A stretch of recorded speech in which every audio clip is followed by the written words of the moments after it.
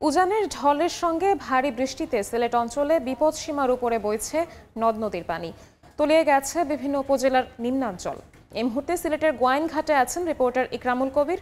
সরাসরি যাচ্ছি তার কাছে।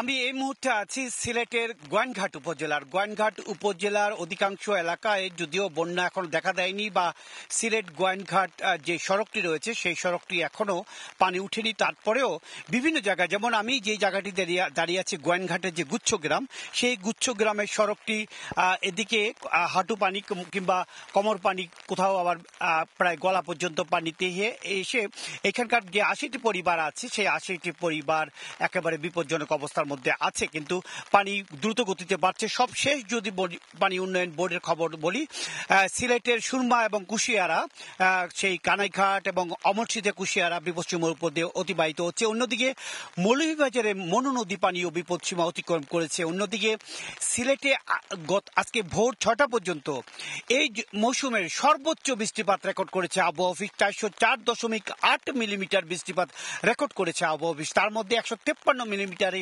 বৃষ্টিপাত হয়েছিল গতকালকে দুপুর বেলা, এবং সারা রাত আজকে বৃষ্টি হয়েছে।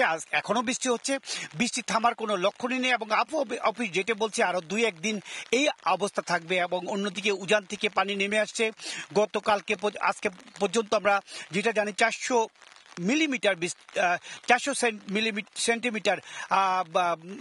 বৃষ্টিপাত হয়েছে সেই উজানের বৃষ্টিপাতের কারণে এদিকে পাহাড়ে ঢল নামছে। এখানে যেই গোয়াইন নদী আছে, গোয়াইন নদী কিংবা সিলেটের যে নদীগুলো আছে সব চেরাপুঞ্জিতে যে বৃষ্টিপাত হচ্ছে ৪১০ মিলিমিটার বৃষ্টিপাত হয়েছে। সেই বৃষ্টিপাতের কারণে এই দিকে ঢল নামছে। অন্যদিকে দেশেও বৃষ্টি হচ্ছে। দুটি মিলে সিলেট অঞ্চলে একটি বন্যার আশঙ্কা দেখা দিয়েছে। পানি উন্নয়ন বোর্ড বা বন্যা দুর্যোগ যে ব্যবস্থাপনা কমিটি আছে বা পূর্বাভাস রয়েছে, যেই সেলগুলো রয়েছে সবগুলো সেলে কিন্তু বলছে যে সিলেট অঞ্চলে একটি বন্যার আশঙ্কা দেখা দিয়েছে। যদিও এখন পর্যন্ত যে জলাবদ্ধতা, নগরীতে জলাবদ্ধতা রয়েছে কিছু কিছু জায়গায়, এবং বিভিন্ন উপজেলার জলাবদ্ধতা দেখা দিয়েছে, নিম্নাঞ্চলগুলো পানিতে তলিয়ে গেছে।